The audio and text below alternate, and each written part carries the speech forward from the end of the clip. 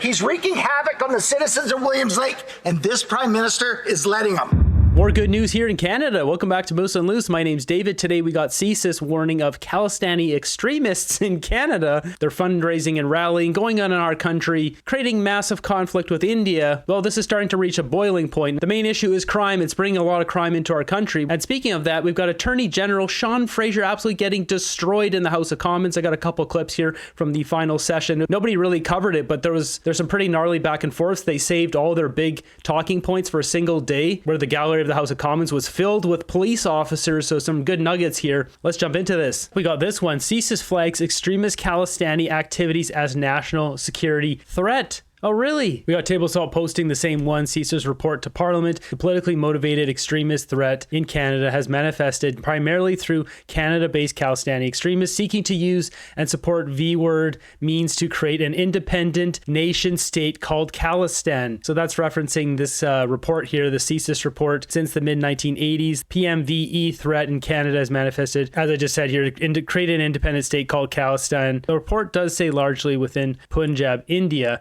yet they protest in Canada for this. Coming from Globe and Mail, they're running this article. Sikhs are using the country as a base for promoting, fundraising, and planning V-word in India in support of an independent homeland in Punjab, a caution some see as a sign of shifting policies towards New Delhi. In its annual report to Parliament in June, CSIS said these homegrown extremists represent only a small group of Sikhs. So obviously this is not all Sikhs. This is a small group. There's always a small group within any group that are extremists. Canada is attempting to build relations with India, which suffered a major rupture in September 2023 when Justin Trudeau accused New Delhi of a role of ending Hardeep Singh Nijjar. That whole thing, Modi, all of it. Andrew Kirsch, a security consultant for the former intelligence officer CSIS, signaled that the threat from Khalistani extremists is real and should be taken seriously. And we've already seen this. They drive around neighborhoods with their pew-pews and launch through the windows of people's homes. When it comes down to it, this is an embarrassment to Canada. These people are grouping up in Canada, getting funding and support in a place where they're not going to be prosecuted, essentially. I mean, in India, they would be prosecuted and put in jail. So they're using Canada to do this. This shouldn't be happening in our country. It should be mandated that they're not allowed to fundraise and do all this stuff in our country. They should deal with this in their own country. Because essentially what this is doing is bringing all of their gangsters and goons over to Canada. And now you're seeing these gang wars here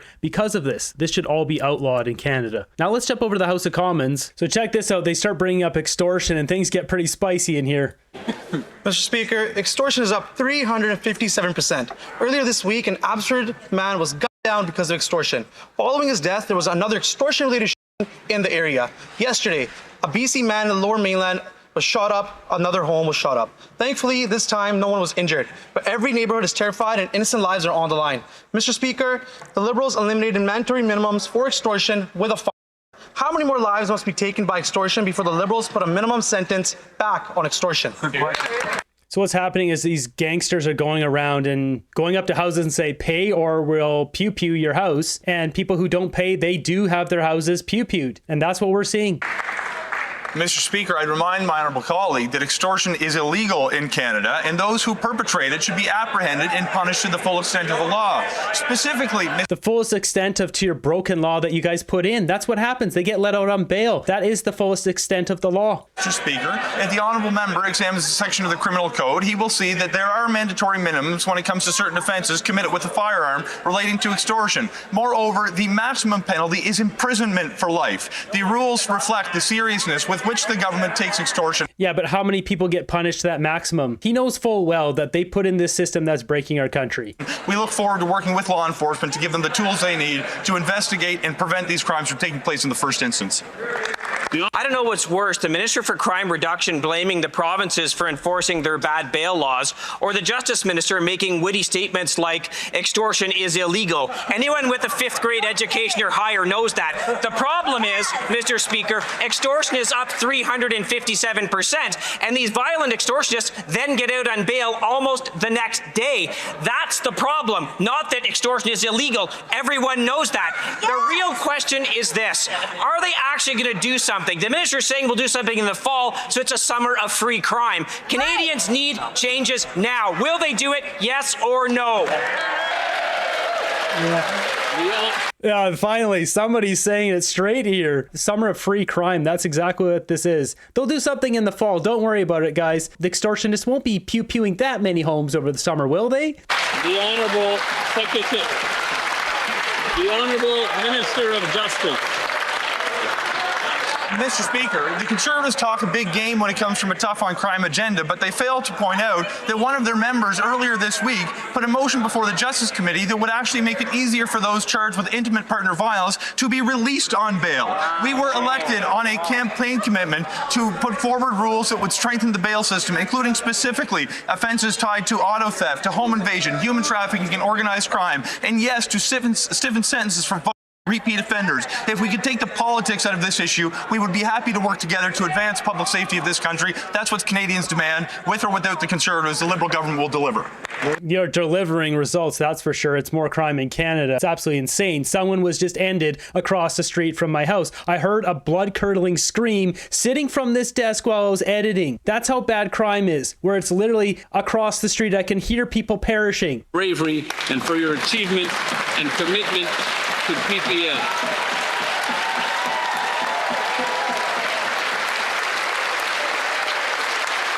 I would love to know what the police have to say about all this crime. I've already heard it personally, people sending me messages. They can arrest people, they can't keep them in jail. The laws that the Liberals passed, they can't keep them in jail. They're absolutely stuck. Next up, you got to listen to this. So there's a guy who keeps getting put in jail and released, and the crime rate in the town keeps changing whenever this guy is in or out of jail. He single-handedly affects the crime rate. Honourable Member for Caribou, Prince George. The Liberals' catch and release policies are so bad that mayors and city councillors are preemptively writing letters to Crown Council begging them to keep the bad guys in jail. Mayor Rather of Williams Lake recently wrote, "We vehemently oppose Jacob Funk's release. The actions of this individual have put our residents and property at significant risk. When Jacob Funk is in jail, the crime rate goes down. When he is out, the crime rate goes up. Why does this Prime Minister keep putting the rights of criminals ahead of Canadians?" The Honourable Secretary of State for Combating Crime. Mr. Speaker, we're making it tougher for violent criminals to get out on bail, imposing stricter sentences for repeat offenders. But let me be clear, there is nothing in the law stopping judges and JPs from denying bail. The current law is that people who are a risk to public safety or a flight risk should not be given bail. So, Mr. Speaker, what's really going on here? Reports are saying that judges are making decisions because the provinces aren't providing the space needed to hold criminals. It's time for the provinces to join us and step up. She's blaming the provinces for the hug-a-thug law that Justin Trudeau brought in, and they all voted for it, including her.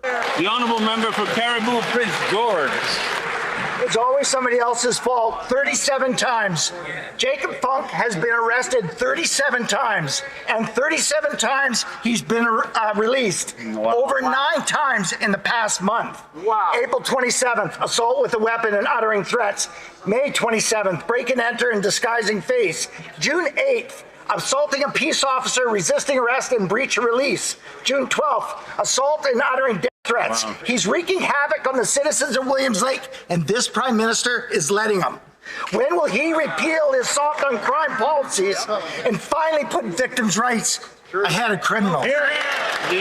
So one guy, Jason Funk, in Williams Lake is single-handedly increasing the crime rate statistics in that town because he keeps getting let out on bail. We see it all over Canada. People committing all sorts of horrible things, including ending people. They claim, oh, I had a mental health bad day. Okay, we'll let you out of jail. People doing other horrible things I can't even say the words of, breaking into dorm rooms, women's houses. They get let out on bail. It's almost like the Liberals want this kind of madness in our country. Mr. Speaker, we are on the same page. Repeat violent offenders should not be released. So let me be clear again. There is nothing stopping judges and JPs from denying bail.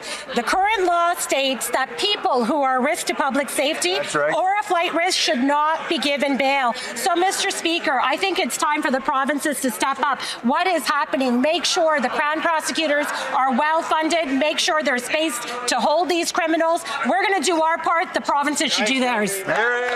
On this episode of Faroff Ripoff, we got this one here, renewed women's voice and leadership in Nigeria. $15.5 million, that's a lot of money. So this one going 100% to Nigeria. A full DEI list of policy markers. Expected outcome here is enhanced organizational sustainability of local women rights organizations and marginalized groups to deliver their gender equality mandates in Nigeria. Okay, sure. I've said this before, itemized list. I want to see where every single dollar of this $15 million is going to from Action Aid Nigeria. Guaranteed they wouldn't give me that list if I emailed them. Should I email them? Okay, I'll email them. With that said, we don't have $15 million to give to this. We have to take care of our own people that are sleeping in tents on the streets and mothers who can't afford food, so they're skipping meals to feed their children. We don't have $15 million to give to Nigeria. Take it out of Justin Trudeau's bank or Mark Carney's bank account if they want to do this so badly. I did indeed just send them an email. They're not going to respond, but if they do respond, I'll let you know. Next up on CTV here, we got Tom Mulcair commenting on Donald Trump not negotiating with Canada anymore because Mark Carney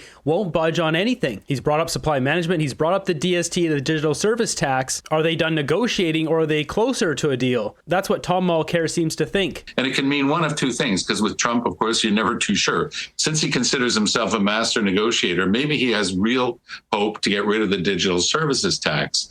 If that happens, there'll be a heavy price politically to pay for Carney, of course, but then Trump gets to say, you see, I got a masterful deal.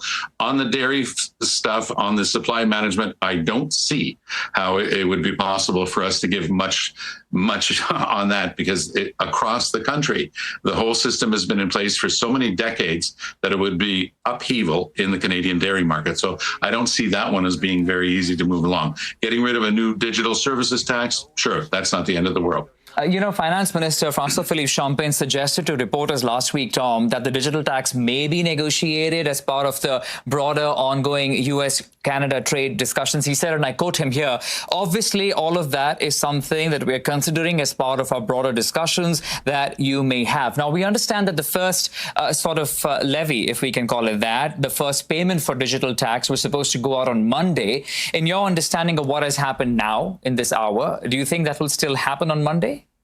Yes, but I also think that there are negotiations going on, and that's the signal that you just correctly read in what François-Philippe Champagne said.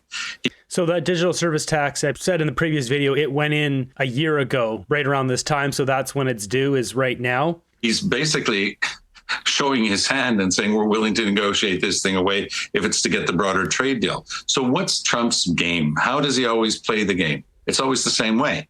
He has to show that he's the winner. So he's setting it up to say, oh, these are the two things that I have to fight against. This digital services tax, boy, that's an attack on American corporations. We can't have that. He's probably almost got that in his pocket now. So he's going to say that he's shutting the thing down and then say that Canada came crawling back and finally gave him what he wanted. Tom, what do you make of this timeline? Because the president has this habit of, 1 week, 2 weeks, 15 days, 2 months. And now he says, and I'm going to quote him, that within the next 7-day period, we will let Canada know the tariff that they will be paying to do business with the United States of America. What do you make of this 1 week period? It's the same thing, that we're very close to a deal and that Trump will get to crow that he got the deal that he wanted if it does come to pass. I mean, Donald Trump wants to have a legacy of lifting America up. There's no doubt about that. But he's not going to just simply take a crummy DST as the negotiation. And I mean, the Liberals added that tax, so they're going to have to concede something else as well with it. And it's going to be multiple things. They have to clean up the border, get rid of the digital service tax. There's probably a minerals agreement or some other agreement in there. The tentacles are so deep with the supply management. I don't know if he's going to just use that as leverage to get something else, but I think there's something more than just digital service tax and adding in a street fennel czar and some border spending, some military spending. He probably wants something else in there. At the same time, Prime Minister Carney is going to have to get ready to be very tough. Trump keeps saying he doesn't need Canadian petroleum, doesn't need Canadian lumber, doesn't need anything we've got in Canada, including the potash that goes into every single farmer's field in the United States of America. Fine. I mean, there are lots of options for us there, too. We could start levying very heavy tariffs or simply shut the tap on some of those things. And the Americans would be in a really tough bind.